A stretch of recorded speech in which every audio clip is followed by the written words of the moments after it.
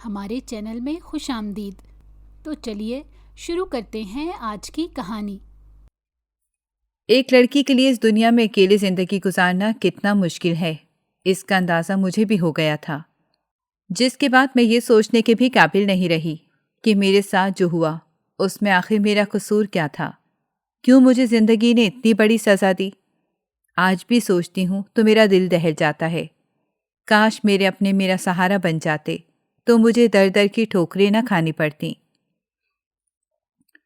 میرا نام نائمہ ہے۔ میں اپنے ماں باپ کے ساتھ ایک چھوٹے سے گاؤں میں رہتی تھی، وہیں پیدا ہوئی اور پلی بڑھی۔ میں نے کبھی اپنے گاؤں کے باہر کی دنیا دیکھی ہی نہیں تھی۔ ہمارا گاؤں چھوٹا ضرور تھا، مگر یہاں بسنے والوں کے دل بہت بڑے اور کھلے تھے۔ ہمارے گاؤں کے سب لوگ ایک دوسرے کے دکھ درد میں سانجھے تھے۔ سب ایک دوسرے کی خوشیوں میں ایسے شامل ہوتے جیسے وہ ان کے اپنے گھر کی خوشی ہو، اور کسی ایک گھر میں اگر ذرا سی پریشانی ہوتی تھی تو سبھی ان کا ساتھ دینے کے لیے پہنچ جاتے تھے۔ میں ایسے ماحول میں پیدا ہوئی تھی، اس لیے میں نے شروع سے ہی اپنے ارد گرد اتنی محبتیں اور خلوص دیکھا تھا کہ مجھے لگتا تھا دنیا میں صرف محبت ہی محبت ہے، اور یہ دنیا اسی محبت کے دم سے آباد ہے۔ میرے ابا گاؤں میں اپنی زمینوں پر کھیتی باڑی کرتے تھے۔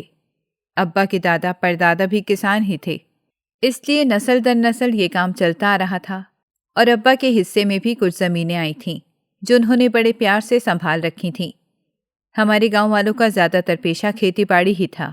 کسی کے پاس زیادہ زمین تھی تو کسی کے پاس تھوڑی بہت، لیکن گاؤں میں کوئی بھی گھر ایسا نہیں تھا جن کی اپنی زمین نہ ہو۔ جن کے گھر بڑے تھے اور فصل بھی زیادہ ہوتی، وہ اپنے آس پڑوس والوں کا بھی پورا پورا خیال رکھتے تھے۔ گاؤں کی ساری گلیاں اور راستے کچے تھے، زیادہ تر گھر بھی کچے تھے، لیکن جیسے جیسے وقت گزر رہا تھا لوگ اپنے گھروں کو پکا کرنے لگے تھے، لیکن ہمارا گھر ابھی تک کچا ہی تھا۔ گھر کے چھوٹے سے کچے آنگن میں بالکل بیچوں بیچ آم کا درخت لگا ہوا تھا، جس پر موسم میں اتنے میٹھے آم لگتے تھے کہ پورے گاؤں میں ہمارے درخت کا آم بڑا مشہور تھا۔ لوگ اماں سے آم کا پودا اگانے کے لیے قلم لے کر جاتے، لیکن ان کے ہاں اگنے والے پودے کا وہ ذائقہ نہیں ہوتا تھا جو ہمارے درخت کے آموں کا تھا۔ ابا بتاتے تھے کہ یہ درخت ان کی اماں نے لگایا تھا، اور ان کی اماں ایک بہت نیک اور پرہیزگار خاتون تھیں، نماز روزے کی پابند اور دل کی بے حد اچھی تھیں۔ وہ اللہ کی اتنی پیاری تھی کہ ان کی ہر بات دعا بن جاتی تھی۔ وہ اپنے منہ سے کسی کے لیے خیر کے الفاظ نکال دیتی تو اس کی قسمت بدل جاتی تھی۔ پورے گاؤں میں میری دادی کو لوگ نورہ بی بی کے نام سے جانتے تھے، حالانکہ وہ تعویذ دھاگے یا دم درود کا کام نہیں کرتی تھیں، اور نہ ہی انہوں نے کسی سے سیکھا تھا، لیکن ان کے ہاتھ میں ہر وقت ایک تسبیح رہتی تھی۔ ہر نماز کے بعد وہ تسبیح کرتیں اور اپنے سب بچوں اور پوتے پوتیوں کو پھونک مار دیا کرتی تھیں۔ اگر کوئی بیمار ہوتا تو نورہ بی بی کے پاس دعا کروانے ضرور آتا تھا، اور ان کی دعا سے اللہ کا بڑا کرم بھی ہو جاتا تھا۔ انہوں نے ہی اپنے گھر کے آنگن میں آم کا یہ پودا لگایا تھا، لیکن اس وقت یہ آنگن بہت بڑا تھا، کیونکہ میرے دادا اور دادی کا یہ گھر پہلے اتنا چھوٹا سا نہیں تھا۔ وہ تو بعد میں ان کے بھائیوں کی 4 اولادوں نے اس گھر کے 4 حصے کیے تھے، اور خوش قسمتی سے درخت والا حصہ میرے ابا کو ملا تھا، اور ابا اس بات پر خوش تھے۔ وہ خود کو بڑا خوش نصیب سمجھتے تھے کہ ان کی اماں کے ہاتھوں لگایا ہوا ایک بابرکت درخت ان کے گھر میں انہی کے حصے میں آیا ہے۔ ابا نے اس درخت کے نیچے لکڑی کا ایک تخت بچھا رکھا تھا۔ ابا کہتے تھے کہ وہ تخت بھی میری دادی کا ہے، وہ ہمیشہ اس پر بیٹھ کر تسبیح کیا کرتی تھیں۔ ابا مجھے دادی کی اتنی باتیں بتاتے تھے، میرا دل کرتا تھا یا تو میں اپنی زندگی میں ایک بار ان سے ضرور ملوں یا پھر میں ان کے جیسی بن جاؤں، مگر میں نہیں جانتی تھی کہ میری یہ خواہش کبھی پوری ہوگی یا نہیں، کیونکہ ظاہر ہے میں ان سے کبھی مل تو نہیں سکتی تھی، وہ تو میرے پیدا ہونے سے پہلے ہی اس دنیا سے چلی گئی تھیں۔ میرے ابا تو اپنے والدین کی اکلوتی اولاد تھے، مگر ان کے چچا زاد 4 بھائی تھے۔ وہ چاروں ہی اپنے ماں باپ کے ساتھ اپنے دادا دادی اور ایک بہت بڑے گھر میں رہتے تھے۔ میرے ابا ان سب سے چھوٹے تھے۔ ان کی شادی دادا اور دادی کی زندگی میں تو نہیں ہوئی تھی، مگر وہ اپنی آخری سانس تک میرے ابا کے پاس اسی گھر میں رہتے تھے جو ابا کے حصے میں آیا تھا۔ میری اماں کا تعلق دوسرے گاؤں سے تھا۔ دادی نے ہی خاندان سے باہر ابا کا رشتہ میری اماں کے ساتھ طے کیا تھا۔ اس وقت دادا حیات نہیں تھے، اس لیے دادی کی خواہش تھی کہ ان کے اکلوتے بیٹے کا گھر ان کی زندگی میں ہی آباد ہو جائے۔ انہوں نے ابا کا رشتہ جب اماں سے طے کر دیا تو شادی 6 مہینے کے بعد طے قرار پائی، کیونکہ اس وقت میری اماں کی بڑی بہن یعنی میری خالہ کا بھی رشتہ نہیں ہوا تھا۔ دادی تو کسی کے ساتھ میری نانی کے گھر ملنے کی خاطر گئی تھیں۔ ان کا یہ ارادہ ضرور تھا کہ وہ اپنے بیٹے کے لیے کوئی لڑکی پسند کریں گی، مگر یہ رشتہ بطور خاص میری خالہ یا اماں کے لیے نہیں گیا تھا، اور نہ ہی دادی نے ایسا کوئی ذکر کیا تھا۔ مگر میری نانی نے میری خالہ کے ذہن میں بھی یہی بات ڈال رکھی تھی کہ ساتھ والے گاؤں کی نورا بی بی اپنے اکلوتے بیٹے کے لیے تمہیں دیکھنے آ رہی ہیں۔ اس لیے ان لوگوں نے یہی سوچ کر بہت اہتمام بھی کیا تھا، مگر دادی نے تو ایسا کچھ سوچا ہی نہیں تھا۔ اتفاق سے ان کو میری اماں پسند آ گئیں، اور انہوں نے اس ملاقات کے بعد کسی سے پیغام بھجوا کر اماں سے رشتے کی بات چلائی تھی۔ اس وقت میری نانی نے اپنی چھوٹی بیٹی کے لیے یہ رشتہ تو قبول کر لیا، مگر میری خالہ نے اس بات کو اپنے دل میں بٹھا لیا کہ ان کے لیے آیا ہوا رشتہ چھوٹی بہن کے لیے چھن گیا تھا۔ حالانکہ یہ تو قسمت کے کھیل ہوتے ہیں، جس کے نصیب میں جو لکھا ہوتا ہے اسے ہر صورت میں مل جاتا ہے۔ مگر میری خالہ کو یہی لگتا تھا کہ ان کی چھوٹی بہن نے ان کے حق پہ ڈاکہ مارا ہے، جبکہ میری اماں تو اس بات سے واقف بھی نہیں تھیں، اور نہ ہی اس بات کا علم میری دادی کو تھا کہ میری نانی اور خالہ نے کیا ذہن بنایا ہوا تھا۔ پھر نانی نے چھوٹی بیٹی کے لیے ہی صحیح مگر رشتے کو ٹھکرایا نہیں تھا، کیونکہ ہمارے پورے گاؤں میں دادی اور ان کے گھرانے کے بیٹوں کی نیک نامی بڑی مشہور تھی۔ لیکن نانی نے یہ رشتہ طے کرتے ہوئے دادی کو یہ کہا تھا کہ جب تک میری بڑی بیٹی کی بات پکی نہیں ہو جاتی میں تب تک چھوٹی کو رخصت نہیں کروں گی۔ تبھی دونوں سمدھنوں میں 6 مہینے کی بات طے پائی، اور اتفاق سے اماں کا رشتہ ہونے کے 5 مہینے بعد بڑی خالہ کا رشتہ بھی طے ہو گیا تھا۔ جب ان کا رشتہ طے ہوا تو وہ بہت زیادہ خوش ہو گئیں، کیونکہ ان کی شادی شہر میں ہو رہی تھی۔ اس وقت انہیں احساس ہوا کہ جو بھی ہوتا ہے وہ اچھے کے لیے ہی ہوتا ہے۔ تب کہیں جا کر میری اماں کو سکون ملا، کیونکہ ان کی بڑی بہن کے دل میں ان کے لیے جو غلط فہمیاں تھیں اب وہ دور ہو گئی تھیں۔ پھر دونوں بہنوں کی شادی ایک ہی دن کی گئی۔ اس طرح میری اماں دلہن بن کر ابا کے گھر آ گئیں، اور گھر کے ساتھ ساتھ آم کے درخت کو وہی سنبھالنے لگیں، کیونکہ جب اماں کی شادی ہوئی تھی اس وقت دادی حیات نہیں تھیں۔ ابا اور اماں کی شادی کے ٹھیک 2 مہینے پہلے دادی کا اچانک انتقال ہو گیا تھا۔ سب کہتے تھے کہ انہیں دل کا دورہ پڑا ہے، اور کوئی کہتا تھا کہ انہیں شوگر ہے۔ پتہ نہیں کس کی بات سچ تھی اور کس کی غلط، مگر مجھے تو ابا نے یہی بتایا تھا کہ دادی بالکل ٹھیک تھیں۔ وہ بڑے سکون سے رات کو ابا سے باتیں کرنے کے بعد سوئی تھیں۔ اس رات انہوں نے ابا کو کچھ نصیحتیں بھی کیں، جن میں ایک نصیحت یہ تھی کہ کبھی اس درخت کو اپنے آنگن سے جدا مت کرنا اور نہ ہی اسے سوکھنے دینا، اور دوسرا دادی نے ابا سے یہ کہا تھا کہ ان کے ہاں جب بھی بیٹی پیدا ہو تو اس کا نام نائمہ رکھنا۔ اس لیے ابا نے دادی کی اس خواہش کا احترام کرتے ہوئے میرا نام وہی رکھا جو دادی نے بتایا تھا۔ دادی کے جانے کے بعد اماں اور ابا کی شادی بالکل سادگی سے ہوئی تھی۔ ابا کے چچا تایازاد بڑے بھائیوں اور بھاوجوں نے شادی کی تیاریاں کیں اور ابا کی دلہن کو رخصت کر کے لے آئے تھے۔ پھر ابا اور اماں نے دادی کے اس چھوٹے سے گھر میں اپنی دنیا بسا لی۔ شادی کے 4 سال گزرنے کے باوجود بھی ابا اماں کے آنگن میں کوئی پھول نہیں کھلا تھا۔ اماں کو بہت انتظار تھا، وہ چاہتی تھی کہ جلد از جلد ماں بن جائیں، لیکن جب اتنا عرصہ گزر گیا تو مایوس ہونے لگیں۔ تب انہوں نے ابا سے کہا کہ انہیں کوئی بچہ گود لے لینا چاہیے، مگر پتہ نہیں ابا کو کیوں اتنا زیادہ یقین تھا کہ ان کے نصیب میں اولاد کا سکھ ہے۔ ابا ہمیشہ میری اماں کو یہی کہتے تھے کہ میری ماں نے دنیا سے جانے سے پہلے اپنی پوتی کا نام رکھ دیا تھا، اس لیے مجھے پورا یقین ہے کہ اللہ مجھے بیٹی سے ضرور نوازے گا۔ اور پھر ایسا ہی ہوا۔ جب شادی کے ٹھیک 4 سال بعد میں دنیا میں آئی تو ابا کی تو جیسے عید ہی ہو گئی۔ انہوں نے پورے گاؤں میں مٹھائیاں بانٹی تھیں، اور گاؤں والے بھی خاص طور پر ابا اور اماں کو مبارکباد دینے گھر آئے تھے۔ میرے تایا اور تائی بھی بڑے خوش تھے۔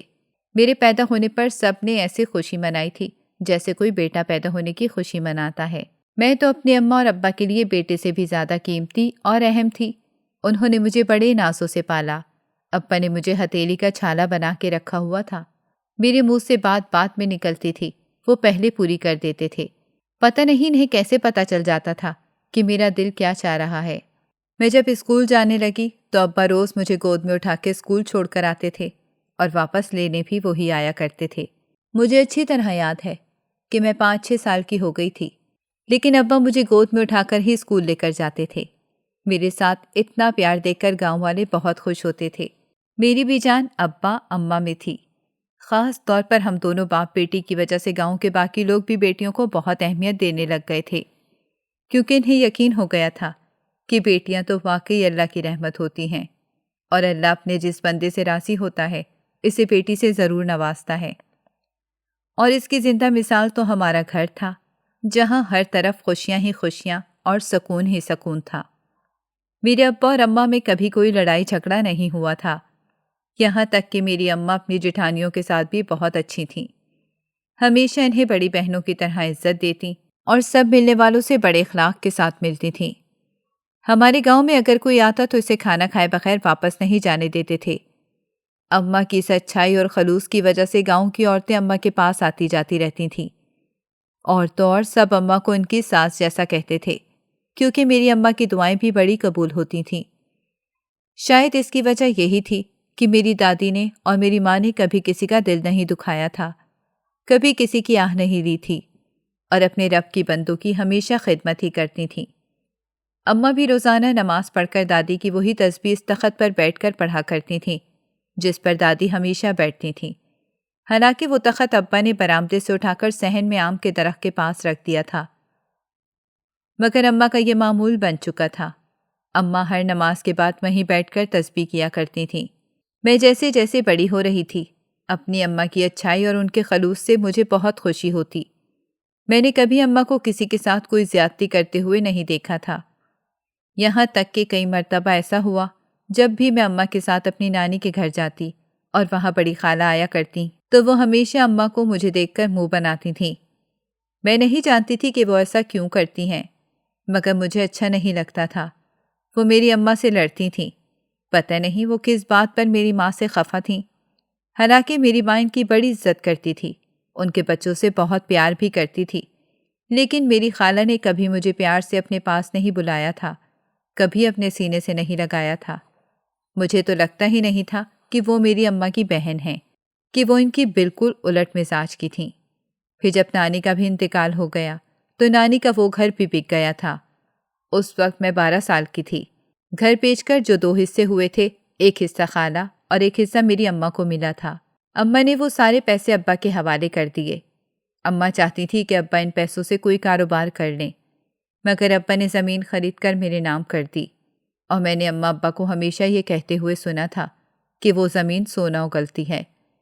تب میں اپنے ننھے سے دماغ پر زور دیتی اور سوچتی کہ زمین سونا کیسے اگل سکتی ہے، مگر اس بات کا مطلب تو مجھے 16 سال کی عمر میں سمجھ آیا، جب مجھے یہ پتہ چلا کہ اس زمین کی فصل بڑی اچھی تھی۔ ہر موسم کی فصل اس زمین پہ خوب پھلتی پھولتی تھی، جس سے ہر موسم میں ہی ابا کو بہت منافع ملتا تھا۔ میری اماں اور خالہ کا اب کوئی میکا تو رہا نہیں تھا، کیونکہ ان کے ماں باپ دونوں ہی مر چکے تھے، اس لیے میری خالہ کبھی کبھی ہمارے گھر رہنے آ جاتی تھیں۔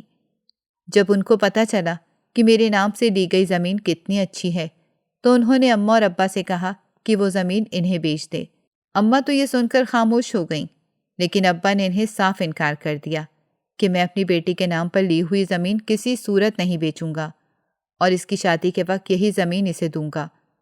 تو خالہ نے اس بات کا بھی بہت برا مانا اور پھر کافی عرصے تک ہمارے گھر ہی نہیں آئیں۔ ہم لوگ کبھی خالہ کے پاس شہر نہیں گئے تھے، لیکن جب میں 8ویں کلاس میں تھی اس وقت ابا نے اماں سے شہر جانے کی بات بھی کی تھی، لیکن اماں نے انہیں منع کر دیا تھا۔ اماں کہتی تھی کہ گاؤں کا صاف ستھرا اور پاک ماحول چھوڑ کر میں کبھی بھی شہر نہیں جاؤں گی، اور نہ ہی اپنی بیٹی کو وہاں جانے دوں گی۔ اماں کا تو ارادہ بھی یہی تھا کہ وہ میری شادی بھی گاؤں میں ہی کریں گی، اور جب میں 16 سال کی ہو گئی تو اماں نے میری شادی کے خواب دیکھنے شروع کر دیے۔ میں بھی گاؤں کی باقی لڑکیوں کی طرح بالکل عام سی لڑکی تھی۔ ماں باپ کا گھر، ان کا پیار، سکھی سہیلیوں کے ساتھ گڈے گڑیا کی شادی، اور پھر اپنی شادی کے خواب سجانا ہی ہم جیسی لڑکیوں کا مقدر ہوتا ہے۔ میرے لیے بھی زندگی بس یہی تھی، نہ کبھی میں گاؤں سے باہر گئی تھی اور نہ ہی کبھی گاؤں کے باہر کی زندگی کا میں نے تصور کیا تھا۔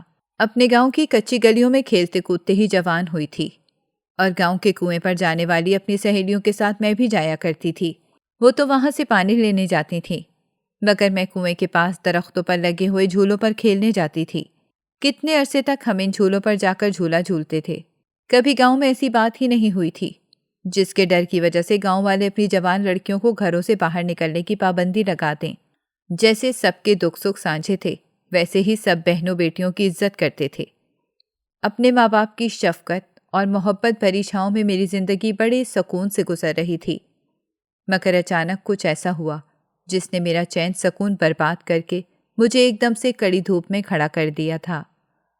یہ اس وقت کی بات ہے جب میں 17 سال کی ہو گئی تھی۔ ایک دن ابا زمینوں پر کام کر رہے تھے کہ اچانک سے انہیں ہارٹ اٹیک ہوا اور وہیں پر ان کا انتقال ہو گیا۔ گھر میں ان کی میت ہی آئی تھی، جس کی وجہ سے ہم دونوں پر ایک قیامت ٹوٹ پڑی۔ میری اماں میں تو بہت زیادہ صبر تھا۔ اماں کا وہ صبر اس دن کام آیا، مگر میرے آنسو ہی نہیں رکتے تھے۔ ابا کے جانے کے کئی دن تک میں روتی رہی، ٹھیک سے کھاتی پیتی بھی نہیں تھی۔ میری حالت کو دیکھتے ہوئے اماں بھی پریشان رہتی تھیں۔ تبھی میری خالہ کئی سال بعد ابا کی وفات پر میرے گھر آئی تھیں، لیکن اس کے بعد پھر خالہ نے پلٹ کر خبر نہیں لی۔ میرے تایا اور چچا نے ہی ابا کی زمینوں کی دیکھ بھال شروع کی اور اس طرح ہمارے گھر کا گزارا چلتا رہا۔ میں اور اماں گھر میں اکیلے تو رہتے تھے، مگر برابر میں ہی تایا وغیرہ کے گھر تھے، اس لیے ہمیں اکیلے رہنے میں کوئی مسئلہ نہیں تھا۔ لیکن ابا کے انتقال کے بعد سے ہی اماں کی طبیعت بھی کچھ اچھی نہیں رہتی تھی، اور پھر ابا کے جانے کے ٹھیک 1 سال بعد اماں بھی مجھے اس دنیا میں اکیلا چھوڑ کر چلی گئیں۔ اماں کا انتقال بالکل دادی کی طرح ہوا تھا۔ رات کو اچھی بھلی مجھ سے باتیں کرتے کرتے سوئی تھیں، لیکن صبح کو اٹھی ہی نہیں۔ اماں نے اتنا بھی نہ سوچا کہ ان کے بعد میں اکیلی کیسے رہوں گی۔ میرا بہت برا حال تھا۔ مجھے ابا کے رشتہ داروں نے ہی سنبھالا تھا۔ میری خالہ کو جیسے ہی اماں کے انتقال کی خبر ملی، وہ بھی روتی دھوتی میرے پاس پہنچ گئی تھیں۔ خالہ نے اس وقت میرا بہت زیادہ ساتھ دیا۔ اماں کے جانے کے کئی دن بعد تک خالہ میرے پاس رہیں، اور اس دوران جب سب کو یہی فکر پڑی ہوئی تھی کہ میرے ماں باپ گزر جانے کے بعد اب میرا کیا ہوگا، تو گاؤں کی عورتوں نے مشورہ دیا کہ اب میری شادی کر دینی چاہیے، بے شک سادگی کے ساتھ نکاح کر کے رخصت ہو جائے، یہی میرے لیے بہتر تھا۔ یہ بات ہوتے ہی خالہ نے سب کے سامنے ایک دھماکہ کر دیا، جس کے بارے میں مجھے بھی کچھ علم نہیں تھا۔ خالہ کہنے لگی کہ میری بہن بیوہ ہونے کے بعد اپنی بیٹی کی ذمہ داری مجھے دے گئی تھی۔ اس نے کہا تھا کہ میری بیٹی تمہاری امانت ہے، میری زندگی میں یا مرنے کے بعد جب چاہو اپنی امانت لے جانا۔ حالانکہ یہ بات سن کر سب خاموش ہو گئے۔ پھر خالہ نے میری تائی اور تائے سے کہہ کر نکاح کا ایک دن مقرر کر لیا۔ اس سارے سلسلے میں میری کسی نے کوئی مرضی نہیں پوچھی، اور مجھے اس بات سے فرق بھی نہیں پڑتا تھا، کیونکہ میری تو دنیا ہی اجڑ چکی تھی۔ میری ماں کے انتقال کے 15ویں دن خالہ نے اپنے دوسرے نمبر والے بیٹے سے میرا نکاح کیا اور ہمارے گھر کو کرائے پہ اٹھا دیا، اور خالہ مجھے لے کر شہر چلی گئی تھیں۔ میری اماں کے ساتھ خالہ کو میری شادی کو لے کر کیا بات ہوئی تھی، میں اس بارے میں بالکل بھی نہیں جانتی تھی۔ سب کچھ اتنی جلدی طے ہوا کہ مجھے نہ تو کچھ سوچنے کا موقع ملا اور نہ ہی کسی سے کوئی بات کرنے کا۔ خالہ جو 15 دن تک میرے ساتھ رہیں، اس وقت خالہ نے مجھے جو محبت اور توجہ دی، میں ان کے پرانے رویے کو بھول چکی تھی۔ میں نے یہی سوچا کہ میری ماں کی بہن میری ماں جیسی ہی ہوگی، لیکن اس بات کا اندازہ مجھے میری شادی کے چند دن بعد ہی ہو گیا کہ خالہ بالکل بھی نہیں بدلی تھیں۔ میری خالہ کے 2 بیٹے اور ایک بیٹی تھی۔ بڑے بیٹے کی پہلے ہی شادی کر چکی تھیں۔ ان کا چھوٹا بیٹا جو مجھ سے 2 سال بڑا تھا، وہ ایک پرائیویٹ کمپنی میں جاب کرتا تھا۔ شکیل کے ساتھ نکاح کے بعد میں اس گھر میں تو گئی تھی، لیکن پتہ نہیں خالہ کو مجھ سے کون سا بیر تھا کہ خالہ نے میری شادی کے 1 ہفتے بعد ہی مجھے اپنی اصلیت دکھانا شروع کر دی۔ شکیل تو بہت اچھے تھے، لیکن ماں کے سامنے وہ بالکل بے بس تھے۔ اپنے کام سے کام رکھنے والے اور بہت کم کو انسان ہونے کی وجہ سے شکیل نے کبھی بھی گھر میں ضرورت سے زیادہ بات نہیں کی تھی۔ صبح سے لے کر شام تک کا وقت وہ گھر سے باہر گزار دیتے اور پھر واپس آنے کے بعد بھی اپنے لیپ ٹاپ پر آفس کے کاموں میں لگے رہتے تھے۔ مگر ایک بات تھی جو سب سے اہم تھی، پتہ نہیں کیوں، مگر میری خالہ نے مجھے اپنے گھر لے جانے کے بعد سے ہی اپنے ساتھ ایک کمرے میں رکھا ہوا تھا۔ میں انہی کے پاس سوتی تھی، دن بھر کاموں میں لگی رہتی اور پھر تھک ہار کے ان کے کمرے میں سو جایا کرتی تھی۔ میرے خالو کا انتقال ہو چکا تھا اور خالہ کی طبیعت بھی کچھ ٹھیک نہیں رہتی تھی، اس لیے وہ مجھے اپنے ساتھ رکھتی تھیں۔ پہل تو مجھے یہ بات اتنی زیادہ محسوس نہیں ہوئی، لیکن جب میری شادی کو 15 دن گزر گئے تو مجھے یہ سب کچھ بہت عجیب لگنے لگا۔ میں شکیل کو کھانا وغیرہ ضرور دیتی، ان کے کپڑے استری کر کے دینا اور بھی ان کی ضروریات کا خیال رکھتی تھی، مگر ہم دونوں میں کام کے علاوہ کوئی بات ہی نہیں ہوتی تھی۔ اور مجھے تو اس بات پہ حیرت تھی کہ وہ کیوں اپنی ماں کی یہ بات مان رہے تھے کہ شادی ہونے کے باوجود میں ابھی تک اپنے کمرے میں نہیں سوئی تھی۔ پھر مجھے خالہ کے رویے سے اندازہ ہونا شروع ہوا کہ انہوں نے یہ شادی صرف اپنا مطلب پورا کرنے کے لیے کی ہے۔ دراصل میرے نام پہ زمین بھی تھی، اس کے علاوہ ابا کا گھر اور زمین بھی اب میری وراثت میں تھی، تو خالہ نے اسی لالچ میں آ کر میری شادی اپنے بیٹے کے ساتھ کروائی تاکہ میرا گھر اور زمین، ساری جائیداد خود بخود خالہ کو مل جائے۔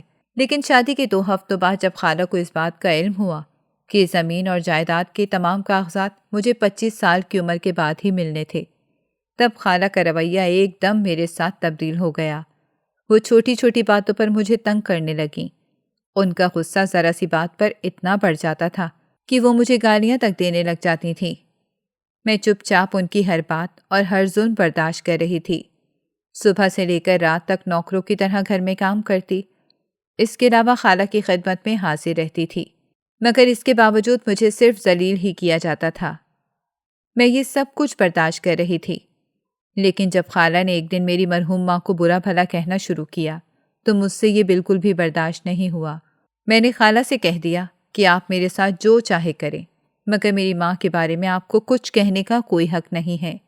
اس وقت خالہ نے مجھے ایک زوردار تھپڑ رسید کر دیا، اور جو الفاظ خالہ نے کہے تھے وہ مجھ پر بجلی کی طرح گرتے چلے گئے۔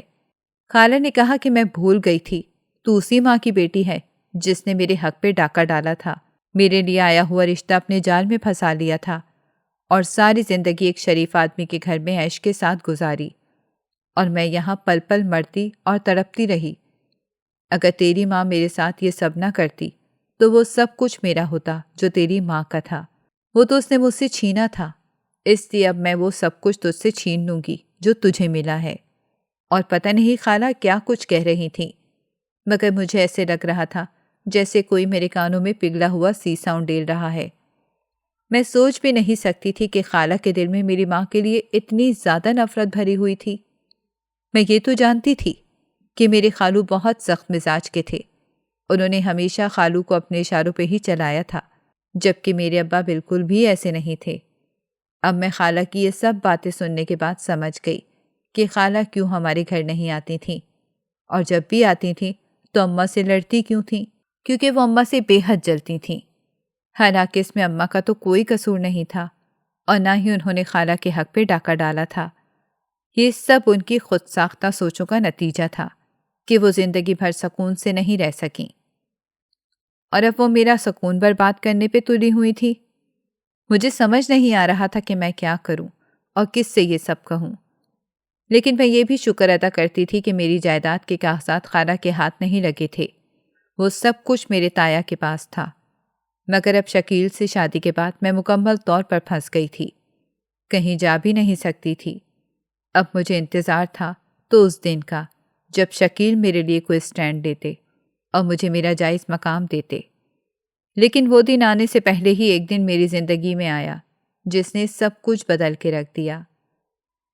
یہ میری شادی کے تقریباً 1.5 مہینے پورے ہونے کے بعد کی بات ہے، جب کسی کام سے میرے شوہر دوسرے شہر گئے ہوئے تھے۔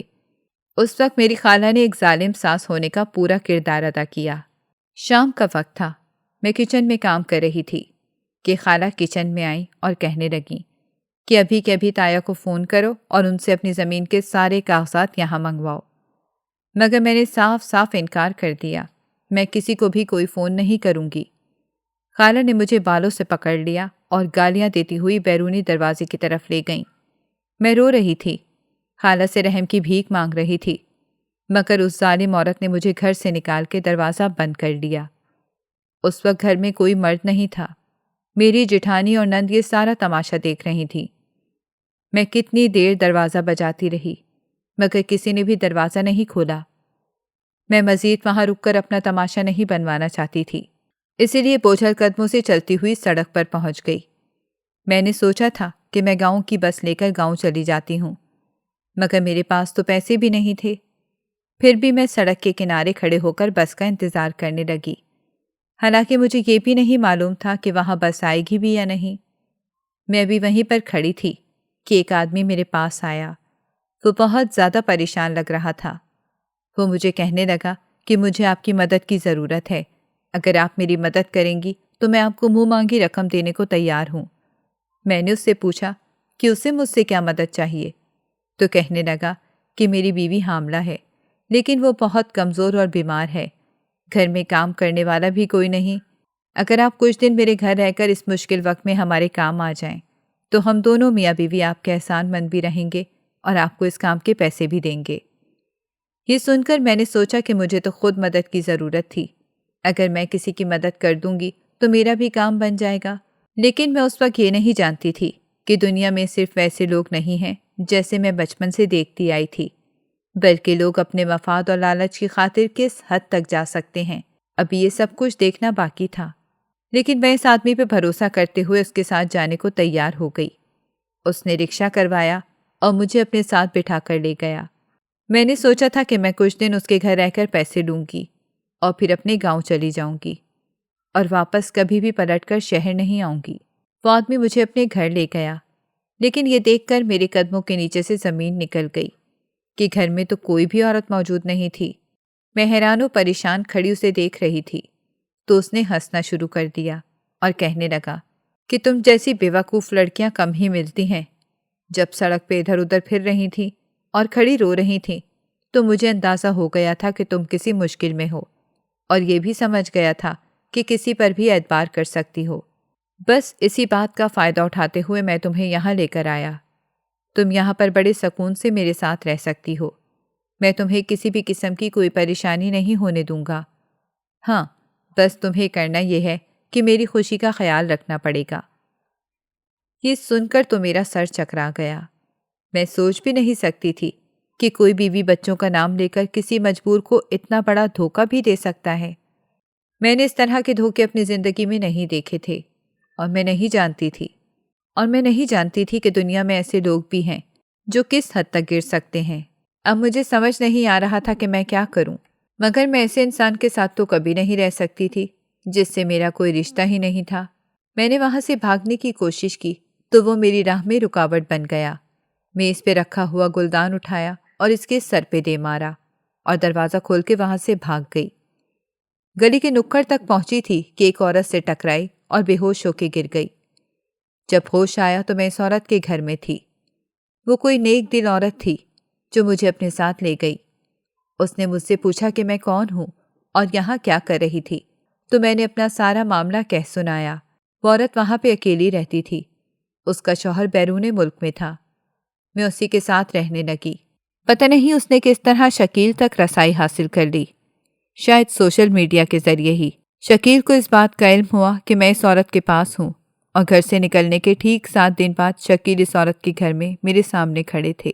وہ بے حد شرمندہ نظر آ رہے تھے، مگر غصے میں بھی تھے۔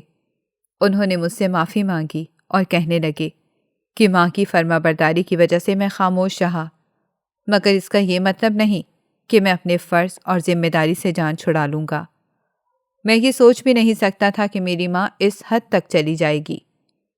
جب سے تمہیں گھر سے نکالا ہے میں دوسرے دن ہی لوٹ آیا تھا، اور تب سے میں تمہیں پاگلوں کی طرح ڈھونڈتا رہا۔ پھر سوشل میڈیا کے ذریعے میں تم تک پہنچا ہوں۔ اللہ بھلا کرے اس نیک دل عورت کا جس نے تمہیں پناہ دی اور تمہارا نام پتہ ڈھونڈنے میں مدد کی۔ میں نے شکیل کو معاف کر دیا۔ ویسے بھی ان کی کوئی غلطی نہیں تھی، مگر میں اب خالہ کے ساتھ نہیں رہنا چاہتی تھی۔ شکیل نے مجھے اسی عورت کے پاس چھوڑا اور 15 دن میں دوسرے گھر کا انتظام کر کے مجھے وہاں اپنے ساتھ لے گئے۔ آج 3 سال گزرنے کے بعد ساری جائیداد کے کاغذات بھی مجھے مل چکے ہیں، اور میں بھی جان چکی ہوں کہ شکیل میرے ساتھ کتنے مخلص ہیں۔ یہ سب کچھ یقیناً میرے ماں باپ کی اچھائی اور دعاؤں کا اثر ہے کہ میں ہر برے انجام سے بچ کر ایک اچھی زندگی گزار رہی ہوں۔ کاش میرے اپنے اتنے خود غرض اور لالچی نہ ہوتے تو میری نظروں میں ان کی وہی عزت رہتی۔ کیا آپ کی زندگی میں بھی ایسے لوگ ہیں جو خود غرضی اور لالچ میں اندھے ہو چکے ہیں؟ اپنی رائے کا اظہار ضرور کریں۔ اگر آپ کو ہماری کہانی پسند آئی ہو تو ہمارے چینل کو لائک کریں اور سبسکرائب کر دیں۔ بیل نوٹیفیکیشن کو بھی آن کر دیں تاکہ ہماری آنے والی ہر مزیدار کہانی آپ کو وقت پر ملتی رہے۔